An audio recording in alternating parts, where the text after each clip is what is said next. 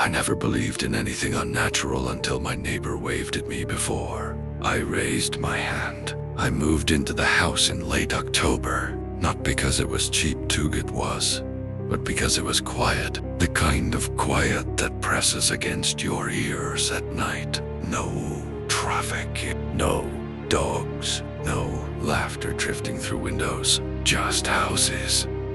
Occupied, but never loud. The first thing I noticed was the smell.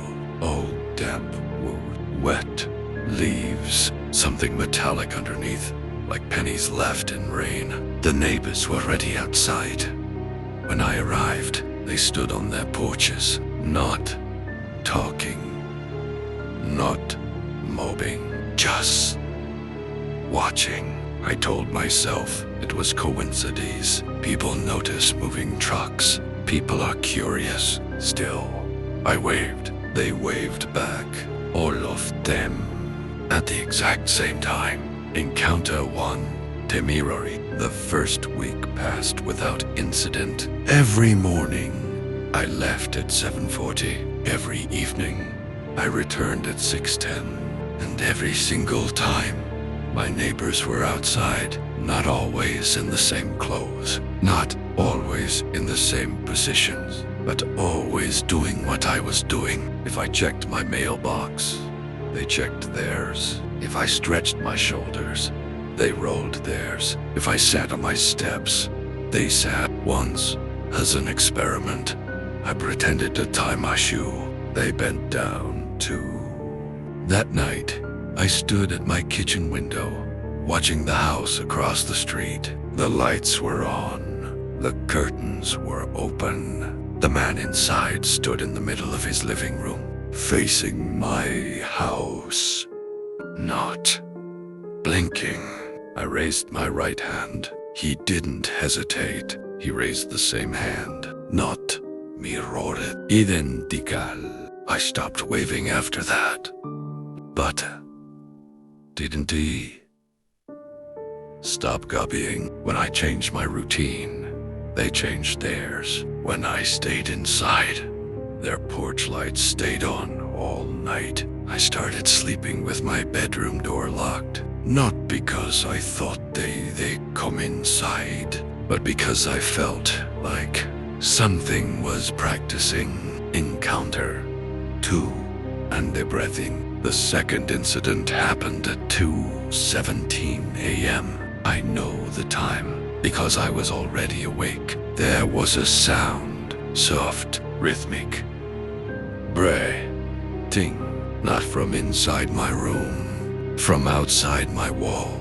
I pressed my ear to the plaster. The breathing slowed, much, minute. I held my breath. So, Italiano. That's when I heard movement shoes on gravel. Multiple pairs. I checked the window.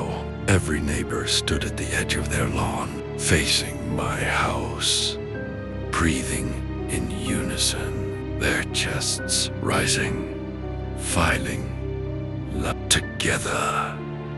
I stepped back. They stepped forward, 1 step. In sync. Turned off the light. The breathing stopped, but I could still hear something else. His smiling. The next morning, I found footprints. Bare feet. All leading to my front door. None leading away. Encounter 3. The practice. I stopped leaving the house.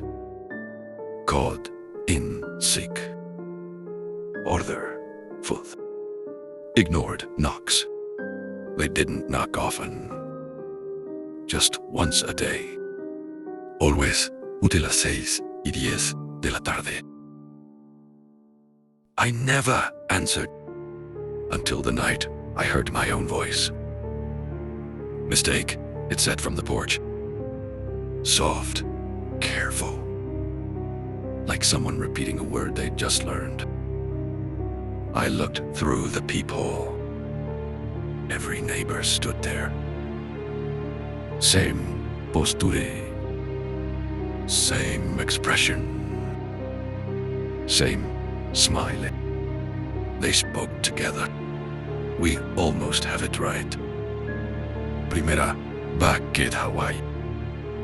My phone buzzed. A message from an unknown number. Come out.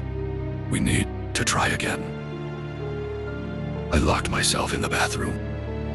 Sat in the tub. Held my knees. That's when I smelled it again. Damp wood. Metal. Metal. The smell of my house.